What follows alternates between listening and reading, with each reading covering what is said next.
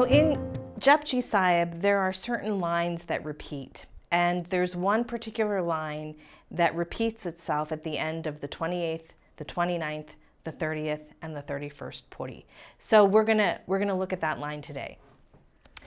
And that line is Ades Tise Ades, Ad Anil Anad Anahat Juga Juga Eko Ves. Guru Nanak in his writing will go back and forth between kind of the minutia of creation, like how to look at things, how to think about it, how to feel, what's going on. And then he'll get vast. He goes vast. He goes into the formlessness. He goes into the kind of grand unified consciousness behind the whole creation.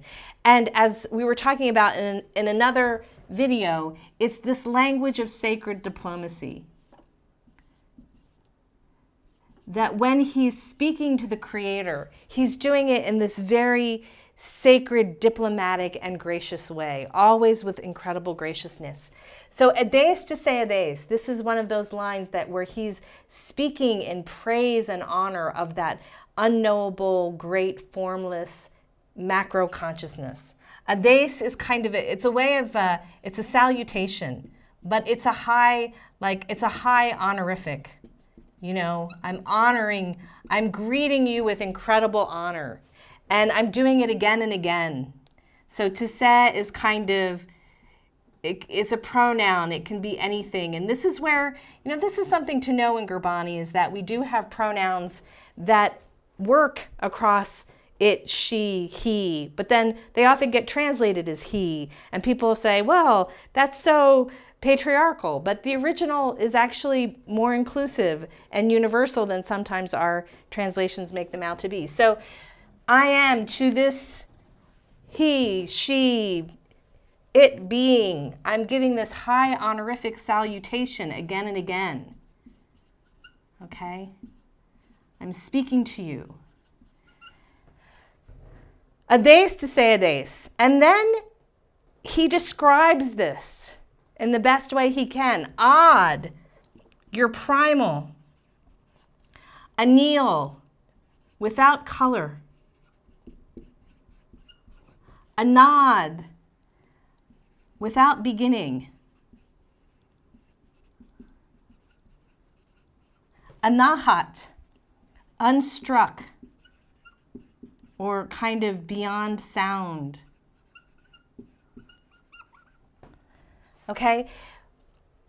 When Guru Nanak, in his poetry, what he's always trying to help us understand is that the creative play is precise, it's detailed, it's diverse, it's the multiverse, so to speak. But what we do is we get caught. We say, oh, this is the form of God, or this is the path that's going to get me there, or this is the idea that I need to commit to, or this is the ritual that will protect me.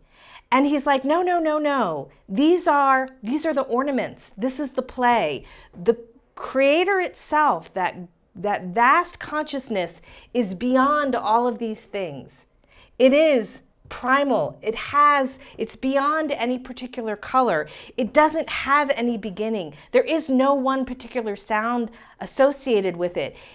All of these things come from that oneness, but none of what we can define and describe that we experience in a temporary, finite way encompasses that one which is beyond all of these qualifiers. And then he says, Juga Juga Eko Ves. Jug is the age, okay? So age after age. And you can look at this Vedically. We have the Kali Yuga, the Drupa Yuga, all of that. You can look at it geographically, not geographically. The dinosaurs, the age of the dinosaurs, the age of the rise of the primates, the age of the algae in the ocean. It doesn't matter how you think of ages. It's this notion that time is really, really big and creation keeps changing throughout time. But just because creation keeps changing through these really big movements of time, Eko Ves, you have one appearance. Your appearance is always one. You are always, in every single age, Ad, Anil, Anad, Anahat. And if we can understand that as human beings, then we can enjoy my particular expression of life, faith, culture, art, your particular expression, but still see that there's this one that holds it all, that's beyond it all, and we all belong to that one.